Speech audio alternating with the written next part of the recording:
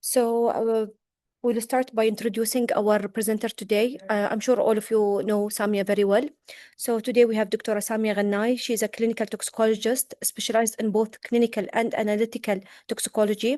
She currently serves as a senior poison specialist at the Department of Health, Abu Dhabi, and she's also the vice president of the ESM Toxicology Committee. Welcome, Dr. Samia. Thank you for being here today with us.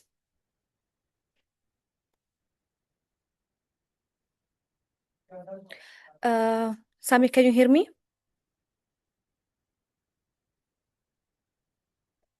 So for those, before we start, for those who want, to share their thought, their questions, comment, please use the chat, but make sure that it is directed to everyone.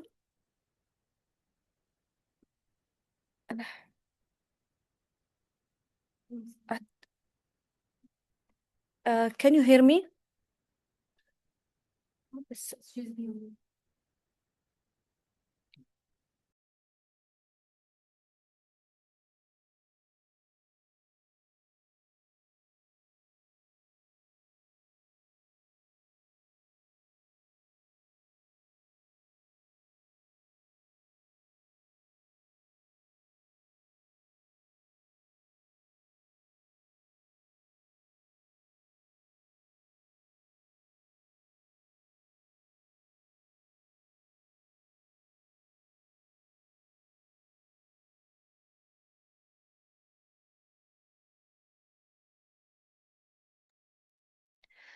Guys, can you hear me? Please, if you can hear me, just type on the chat.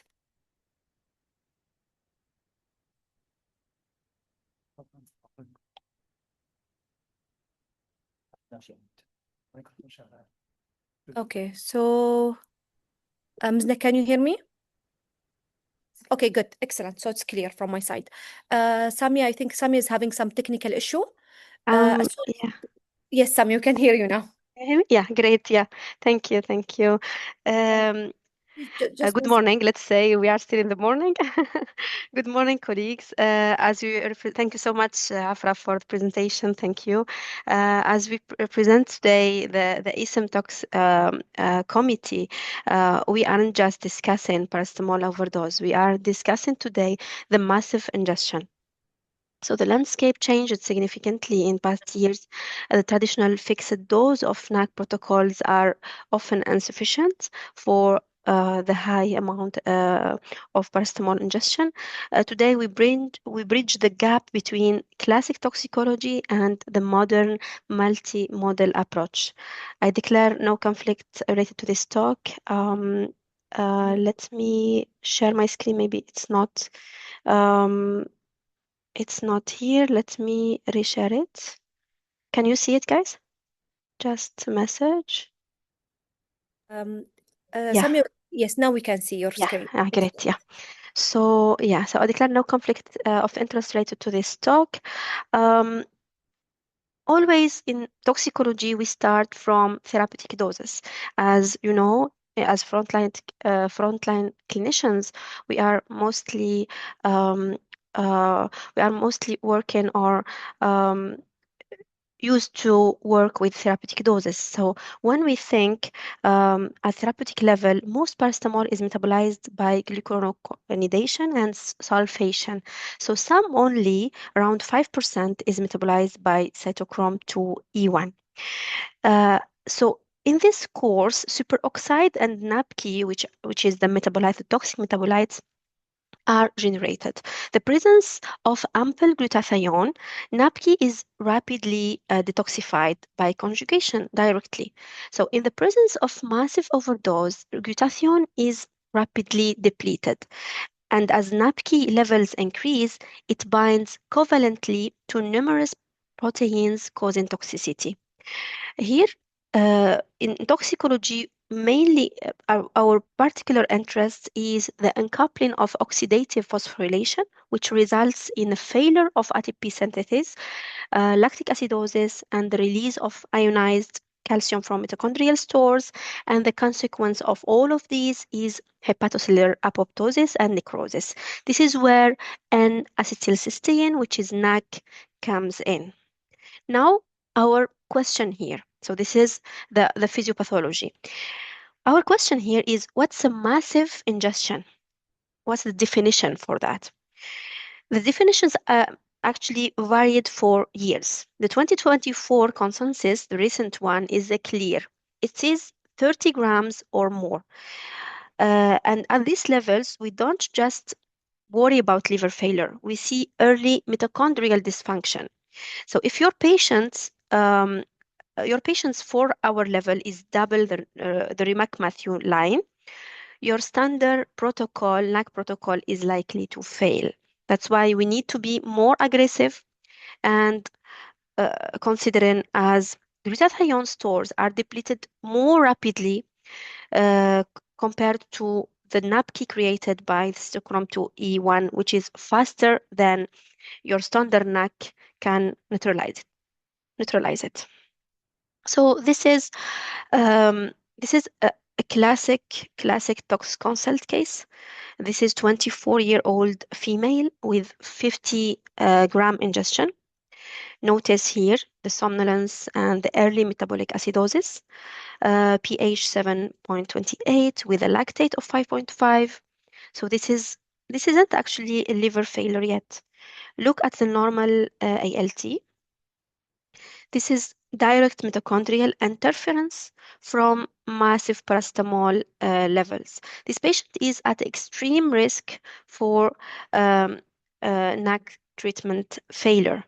Here the ALT/AST are normal, but this is due to initial. So let's pause here. When you see a high lactate early in a massive ingestion, what do you think? We need, guys, your answers in the chat box. What do you think?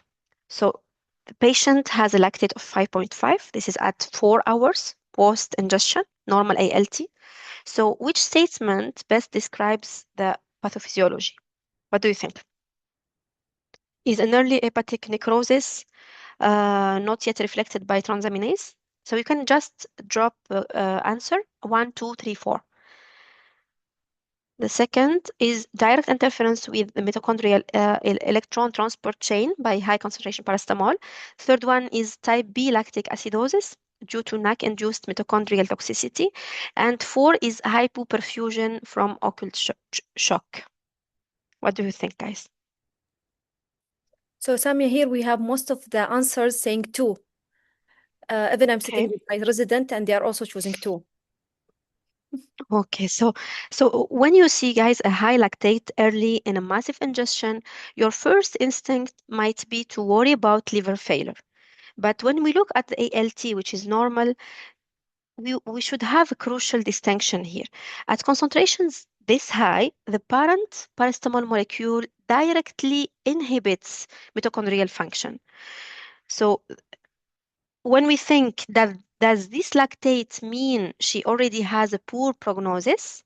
Not necessarily. It means her dose is massive, and we need to be aggressive now to prevent this necrosis. That hasn't happened yet. So the answer here is 2. Excellent. So back to our case, because her level was well over double the line, we didn't use actually the standard NAC rate. So following the 2024 expert consensus, and I will share with you at the end of the webinar the guidelines, the source that you need to use in the future or from today. So we doubled the second bag dose. We also used fomepizole, not for toxic alcohol here, but for other reason. And finally, we called nephrology as so the level we considering if the level is high and they are acidotic, they need the machine. So here we will see in the next slide the reason or when we call for hemodialysis and why we use fomepizole. I want to ask a question. Please write on the chat. If you used before fomepizole for paracetamol poisoning or not. You can just answer with yes or no. If you used before fomepizole for paracetamol overdose. Majority said no. Yeah. So let's let's go to this. This is a common board style question for toxicology fellows, for any like emergency care physician, or what we need to think. So when do we dialyze? This is the common question. Under EXTRIP, if that level hits 900 milligram per liter, what we should do, or if the ingestion itself is more than 500 milligram per kg, what do you think?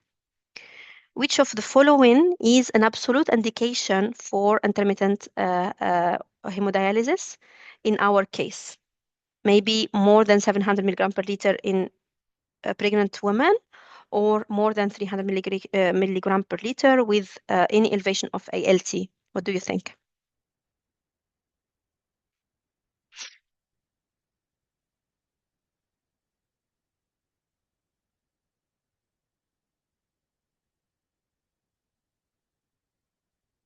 We have answer 4, we have answer 2. We have multiple answers saying 2, and we have Yeah. also 4. Yeah, between 2 and 4. Between 2 and Yeah. 4. So we have a question, another question before giving you the answer. Are you working with EXTRIP source, or do you know EXTRIP source? You can answer with yes or no. Are you using it or knowing it? You can give yes. If no, you can say just no, if you are not familiar with EXTRIP.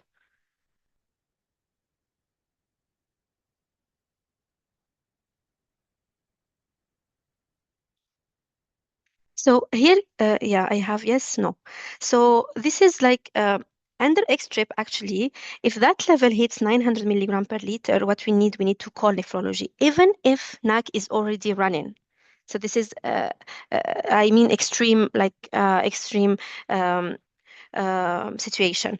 So if also for our patient, her level was 650 milligram per liter, but she was acidotic and somnolent. So meeting the criteria for consideration, which many of us in this room treat as an action in the setting of massive ingestion. So here the answer, actually the absolute indication is 2.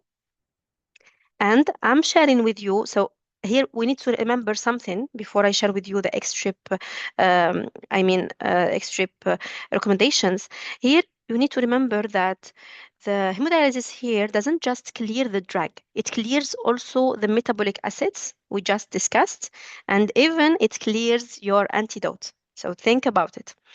Here, guys, this is just some summarized, and then next slide you will see the whole recommendations. Here it's summarized. So EXTRIP work group, actually, they have, you can go directly to extrip.org. This is like the gold standard here. When we think about poisons, toxicants, we think about EXTRIP to give us the answer.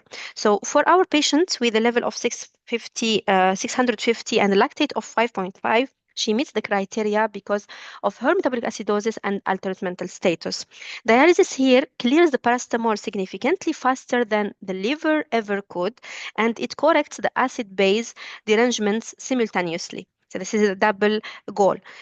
And if here I'm mentioning a more important note, guys, that regarding the antidote, you need, guys, to increase it to 12.5 milligram per kg per hour because it's dialysable. And here is the recommendation that you will find if you type, guys, extrip.org and you type acetaminophen, you'll get this page.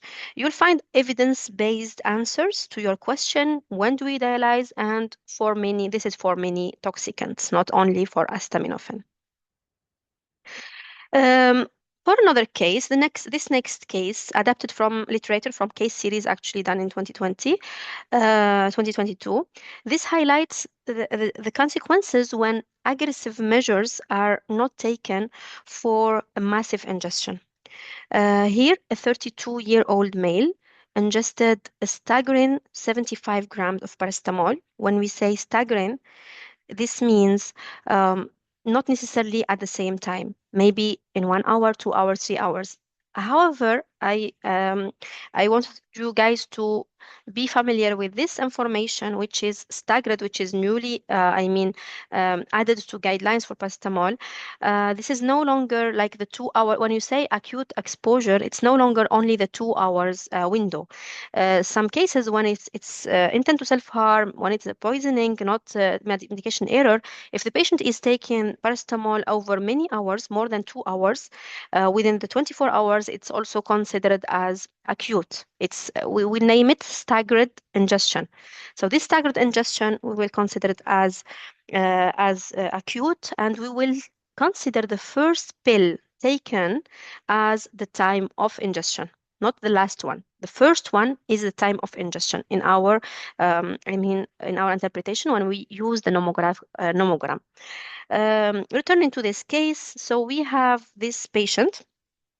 The quantity ingested is 75 grams, and by 8 hours, the APAP level was over 800. So critically, his ALT and the AST were already rising significantly with INR of 3. So this patient has already progressed to acute liver injury. And standard NAC was given, but fomepizole was omitted and hemodialysis was not utilized.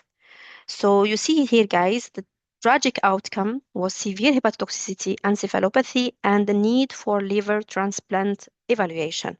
So this underscores that simply giving NAC, even if initiated on time, because we say usually that sometimes we say we have the 8 hours window after ingestion. If you give NAC on that time, you have the protective effect of NAC. This is true, but in massive ingestions, this is no longer the rule because it may not be enough for these extreme doses. We have another question, guys. So what do you think? Why did case 2 fail while the case 1 succeeded? So why is fomepizole? We can, fomepizole is 4-MP. So if we find it 4-MP or fomepizole, it's the same. So the 4-MP theoretically superior when given early rather than late in paracetamol poisoning. What do you think? What's the cause? It enhances the glucuronidation of paracetamol. This is one. Or it acts as more potent glutathione precursor than NAC. This is 2. Or it prevents the formation of NAPK by inhibition of this enzyme before glutathione stores are depleted, or it directly neutralizes NAPK that has already bound to hepatocytes. What do you think?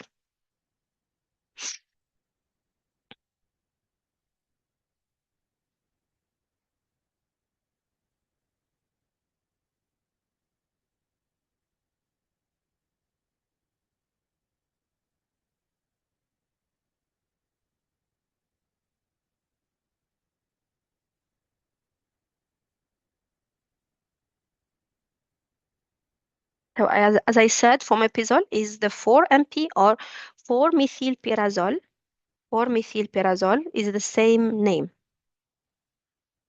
the same product.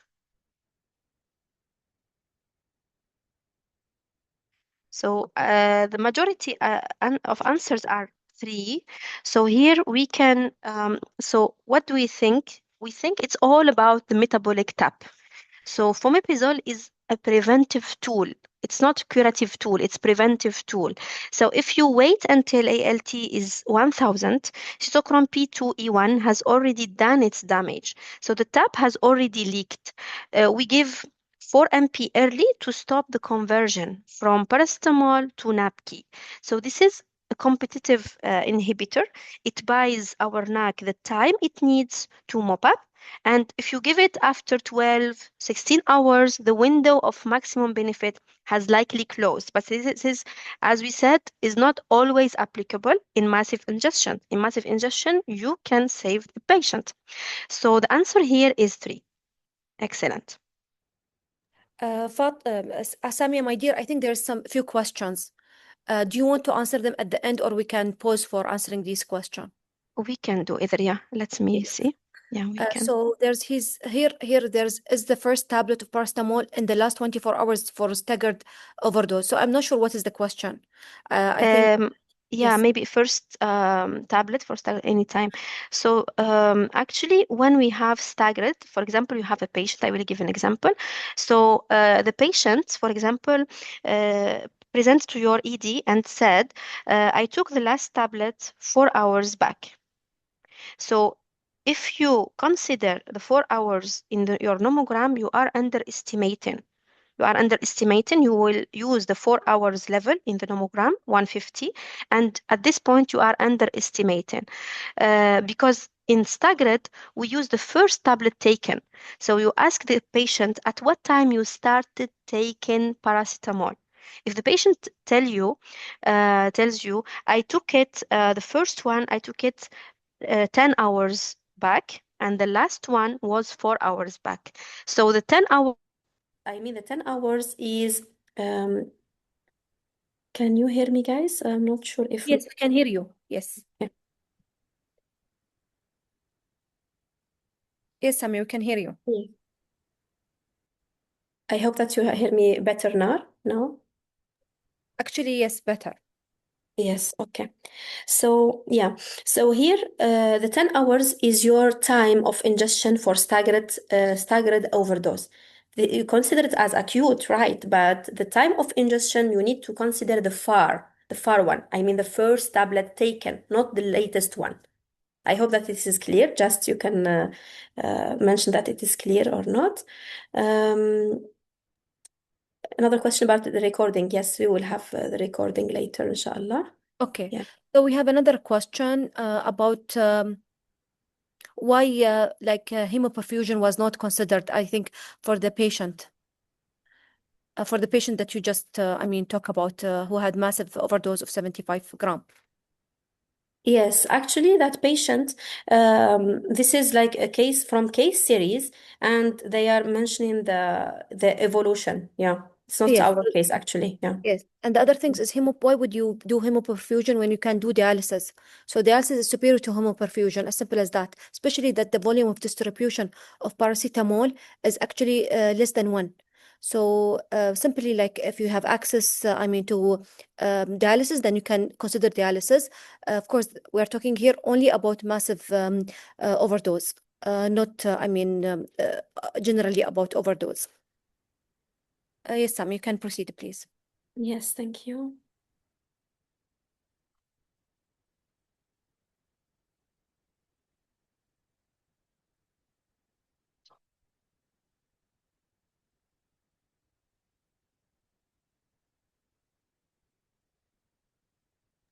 Sami, yes, you can proceed, please. We can't hear you. Can you hear me now? Yes. Yes. The slide. You can proceed, please. I Yes. think let me just. Oops. Let me share again. Yes. Can you see my slide now? Yes. Yes, great. So we finished with the question. So contrasting this case with our first patient. So the differences are stark here. So the delay in presentation to 8 hours meant that by the time standard NAC was initiated, significant liver damage was already underway. This is one thing. And the absence of fomepizole means cytochrome P2E1 continued to churn out NAPKI. And without hemodialysis, the high circulating paracetamol continued to fuel this toxic production. So this is the difference between the cases. So this case exemplifies the limitations of standard NAC once injury is established and reinforces that our multimodal approach in massive ingestions is truly preventative, not just reactive. So here, guys, they reviewed the case series of 14 high-risk patients where fomepizole was used to prevent liver injury through mechanisms distinct from NAC. Let's look at the case number 7 in the case series.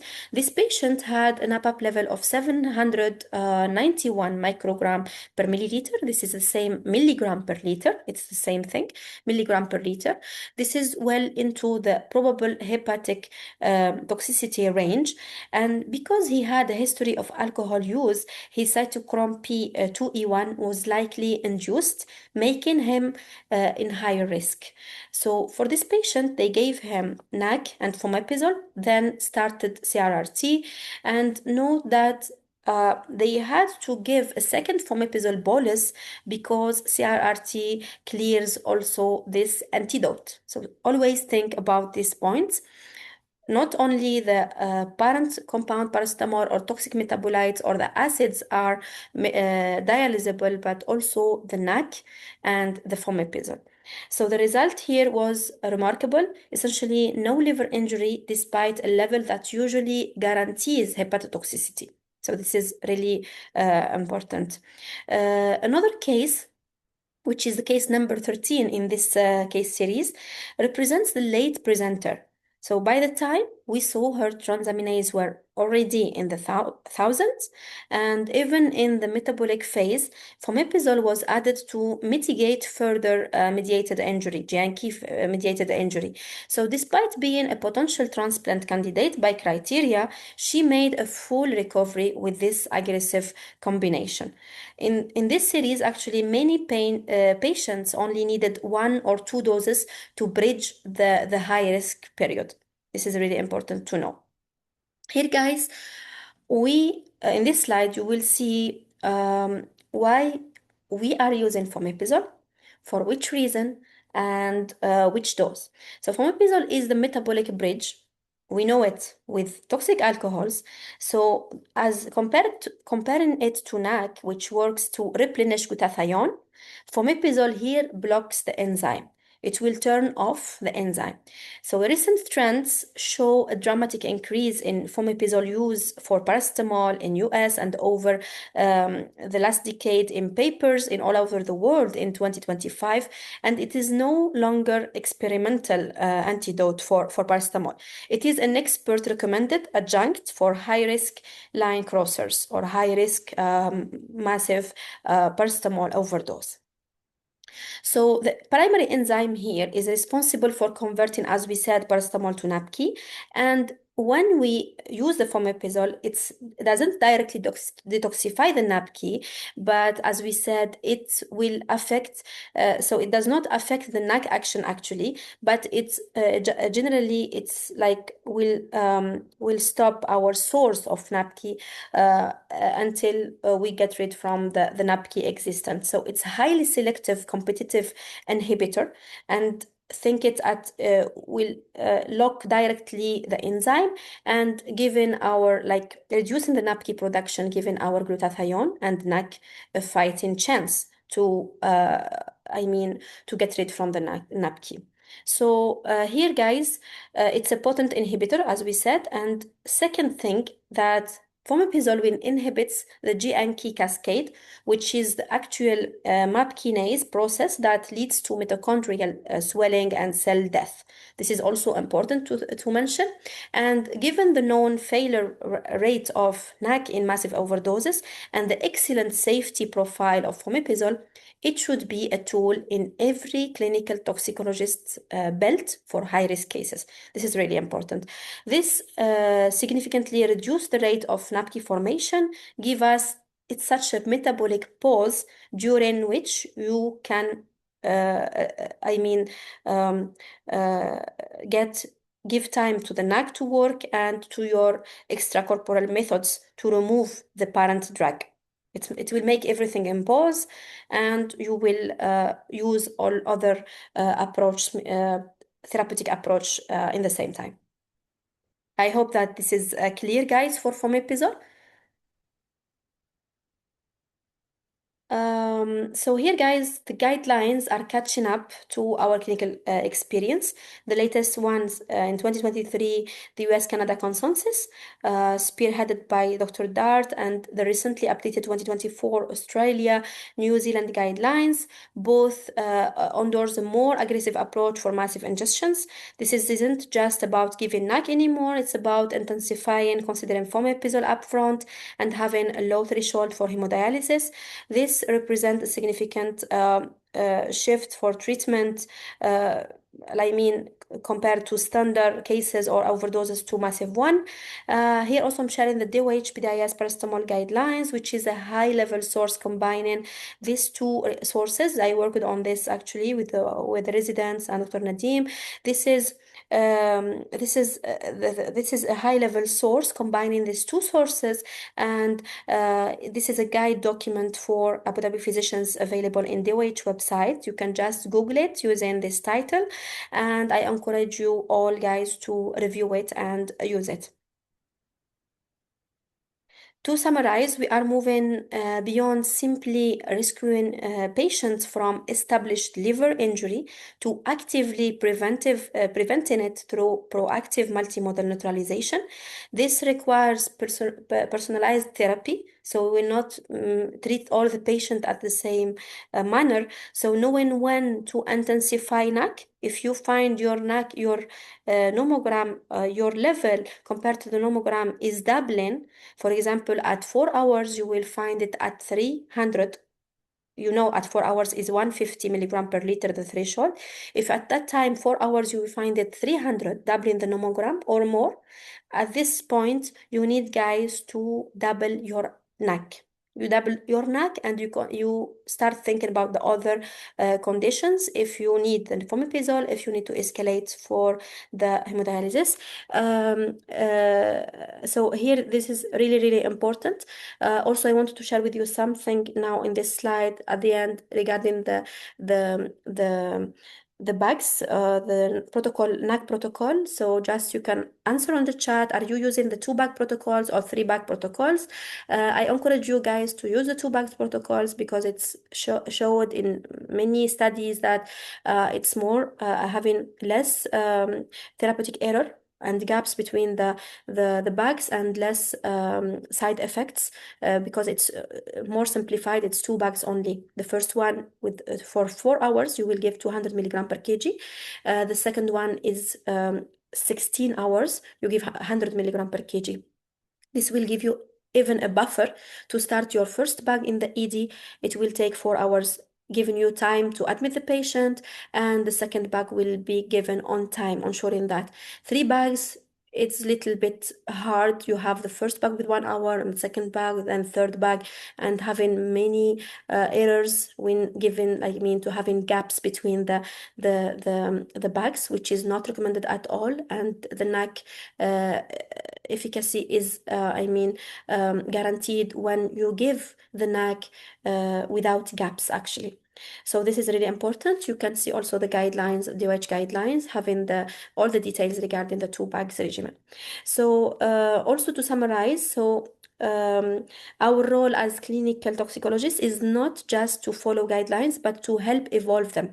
So continued research will refine our approach to this incredibly challenging massive paracetamol overdose. Your takeaway, guys, from today's session is this checklist. In massive ingestion, charcoal has longer window, guys, of benefit. You can give it even at 4 hours post-ingestion. NAC needs to be given at high rates. What does it mean? If you are using, guys, the 2-bag regimen, the first bag is already high, so 100 milligram per kg. The second bag, which is 100 milligram per kg over 16 hours, you will double it. You will give 200 milligram per kg over 16 hours. So this is important. Fomepizole should be in your first line.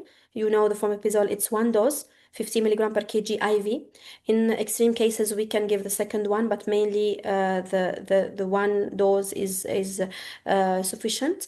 And we treat the patient and the metabolism, not just the number on the screen. So we see the clinical picture, the whole clinical picture, to decide how we will treat this patient. And thank you so much for your attention. Now, feel free to write any questions you have in the chat box. Thank you so much. Thank you, Samia. It was a great presentation. We're gonna open, the floor for discussion and question, please. Feel free to share your thought, your questions through the chat, and anyone who wants, to speak or to talk, I can unmute you. Feel free, just raise your hand, please.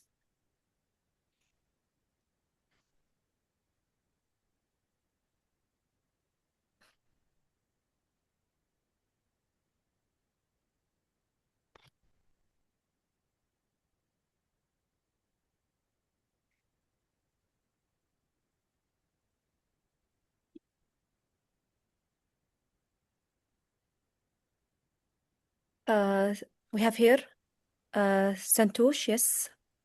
Hi, thank you. Can you hear me? Yes, we can hear you. My question is regarding the clarity on staggered overdose.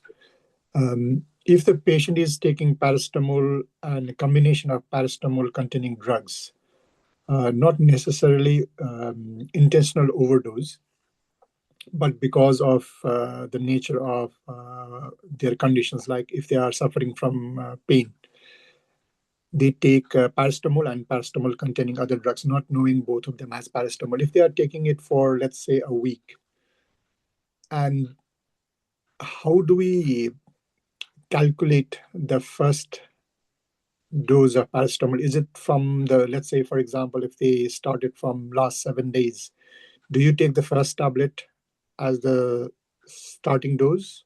Thank you. Thank you so much for this excellent question.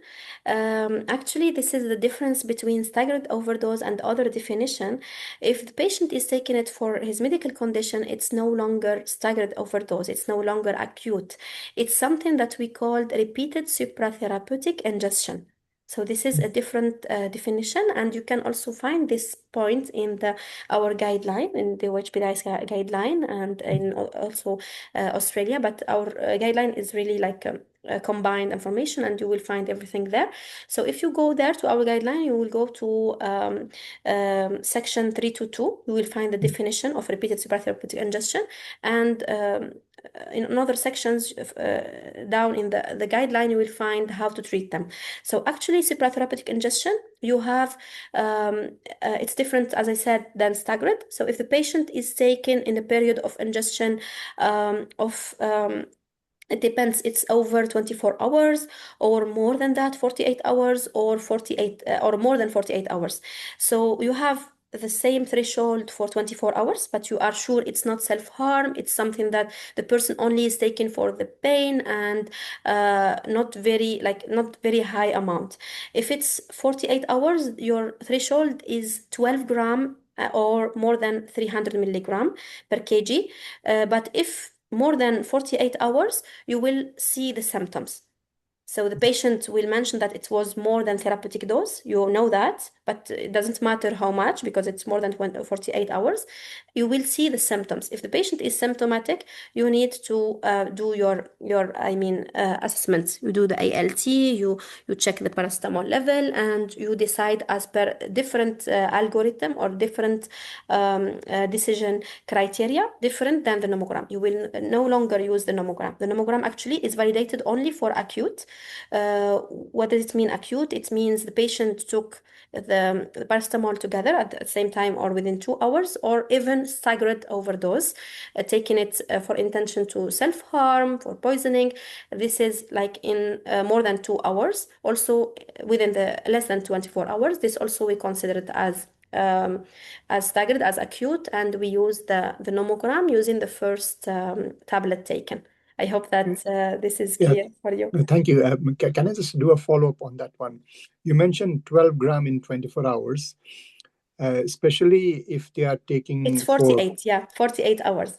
Is it 12 gram in 48 hours or 12 gram in 24 hours? 24 hours is 10 grams or 200 milligram per kg, 24 hours. And 48 hours, it's 12 gram, 300 milligram per kg.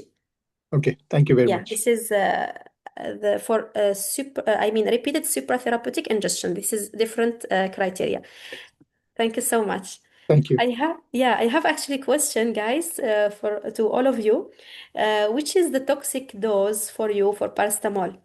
What is the toxic dose, acute toxic dose? Can you write on the chat?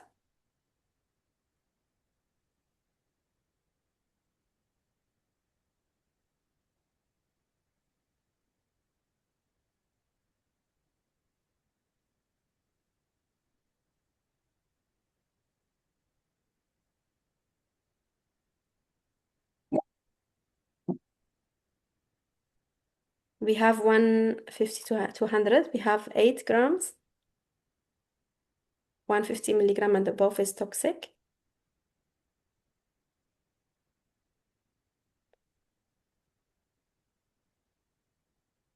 Yeah, we have here different, different. Yeah, the APAP level. Yeah, for the APAP level, guys, we use it. Use the nomogram to decide.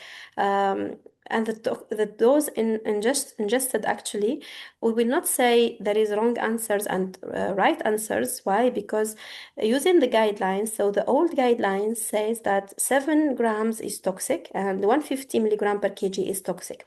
The recent ones, using many case reports, as you know, guys, in toxicology, we have case reports are mainly used. We are not doing for ethical reasons. We are not doing like clinical trials and causing toxicity for people. So we are taking the case reports. We are taking the poisoning cases, and what they find that, and they revised actually the toxic threshold. They found that between 7 to 10 grams, the risk is really not significant for toxicity. That's why the recent guidelines and consensus define the toxic dose as 10 grams acute, 10 grams or 200 milligram per kg, whichever less.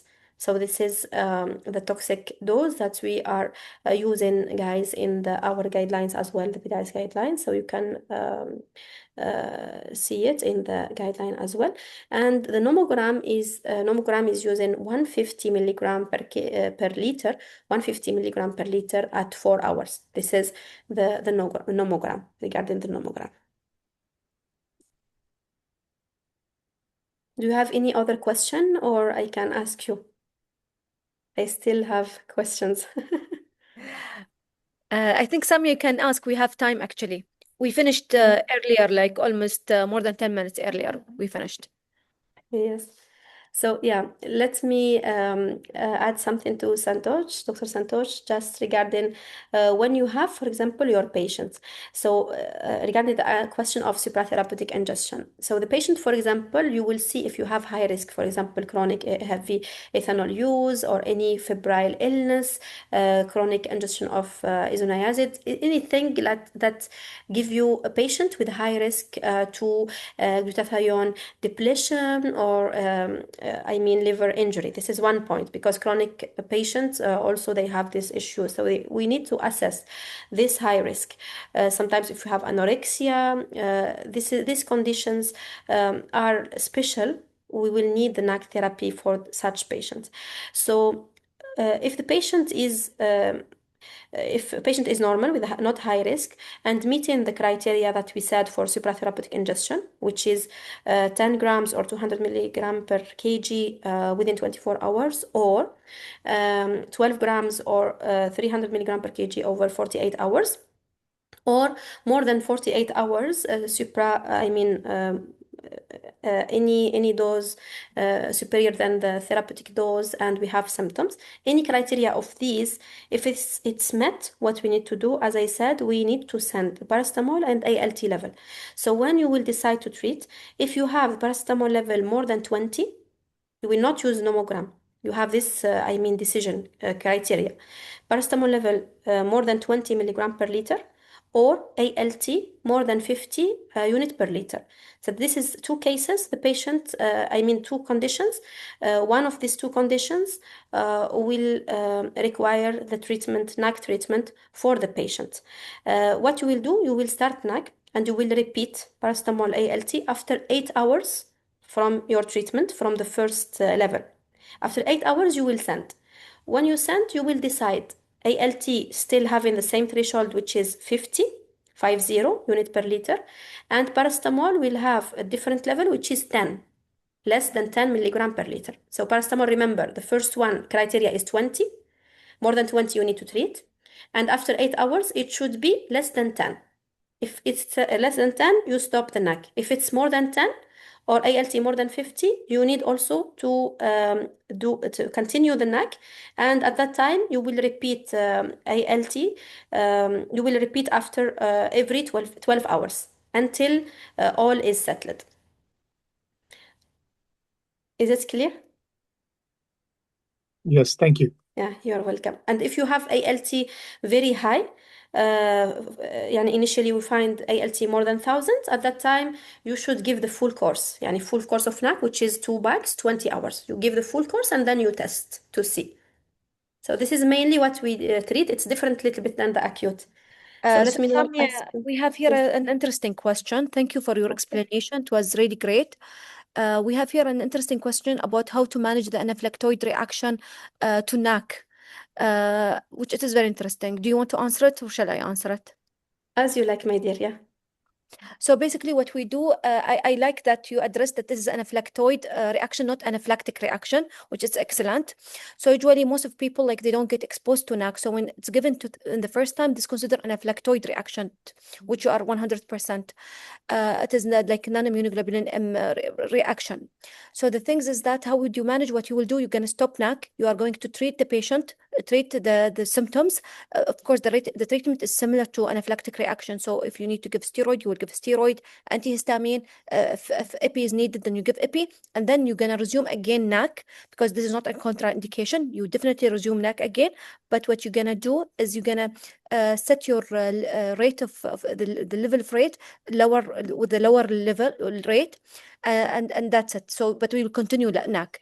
This is not a reason for or a contraindication to give a NAC, especially when NAC is indicated. Yes, excellent. Yeah, we need to think that it's really important to give the NAC with close monitoring. This is really important. So we have, I can another ask a question. Yeah. Oh, we have actually some question here in the chat. We have, would the approach change in case of chronic paracetamol use in a chronic pain patient after massive paracetamol ingestion, or would we purely go according to the result of ABG for therapeutic approach? Okay, so I'm a little bit confused about the question. So do you mean that after treating the patient with the chronic, paracetamol, you mean that what will be the approach after that? Or what do you mean about, or you mean like acutely treating these patients who are chronically using paracetamol? Yeah, actually, if we are mentioning the massive overdose, if we are already in a massive dose, this is really important to consider it as a massive overdose. Like we treat the patient as a massive, and we do all our multimodal approach. When we say chronic overdose, this is only if the patient is taking that supratherapeutic level, doses at week, for example, for a week, for 4 days, for 2 weeks. This is really different than a massive overdose, which is acutely the patient is taking 50 grams. So in that patient, we will not think about the supratherapeutic. We are considering this at massive overdose, and we will think of fomepizole and other drugs as well. Yes, but for the question, for the sake of the question, so basically when we treat these patients with a chronic overdose, what you're gonna do initially, of course, clinically you'll assess the patient if he's symptomatic or not symptomatic. This is one thing, because with the chronic use, yes, if they are it is supratherapeutic dose, especially in patients with liver disease, malnourished, they can actually go to toxicity. They can develop toxicity. So what you're gonna do, you are going to, simply assess the patient clinically. Then of course you have to draw paracetamol level and all in the same times, of course, like liver function and coagulation, especially in the coagulation when it comes to INR. You need to check the INR. So you will see if there's like toxicity happening at the level of the cellular level of hepatic cell or not. If there is an elevation of the liver function, there's abnormal INR. What abnormal we mean INR of more than 1.5. Then you are going to start NAC at this point, and you will do like the 2-bag regimen for like 20 hours. And of course, before ending the 24 hours regimen, you have to recheck the level and of course the liver function and INR and see is the patient improving, responding to NAC or not. Sami, if you have any input, please feel free to add. Yeah, thank you. So we have another question regarding the 2-bag regimen. Is it the same in supratherapeutic? Yes, it's the same.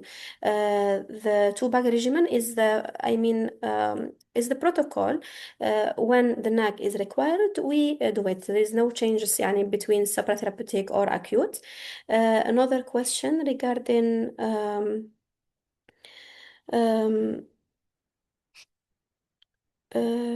this question regarding the toxic dose. So toxic dose, if you have high risk, actually it's the same toxic dose, but in high risk patient we should consider if we have symptoms, if we have ALT deranged, we will need, like for such patients, we will need further like a minutious examination, and to have like how to say it, your threshold will be lower to give the NAC for high risk patients, because sometimes like you need to treat even if it's not the toxic, but you have some symptoms, the patient is already like vulnerable to that toxicity. So these patients, you may need to treat them. So the toxic threshold is the same. However, other conditions are already also considered while you decide for the treatment.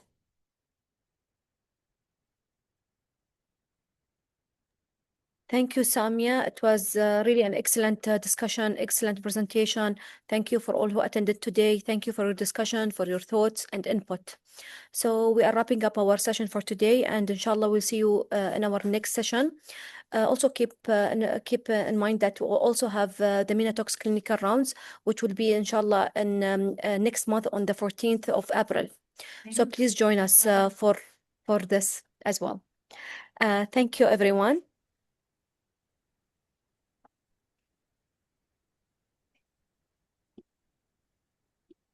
Thank you so much. Thank you, everyone.